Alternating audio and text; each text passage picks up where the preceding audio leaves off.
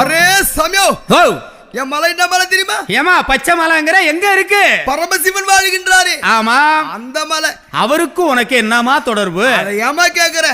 இன்னும் என்ன மலை தெரியுமா? என்ன? குச்சி மலை அது குடகு மலை.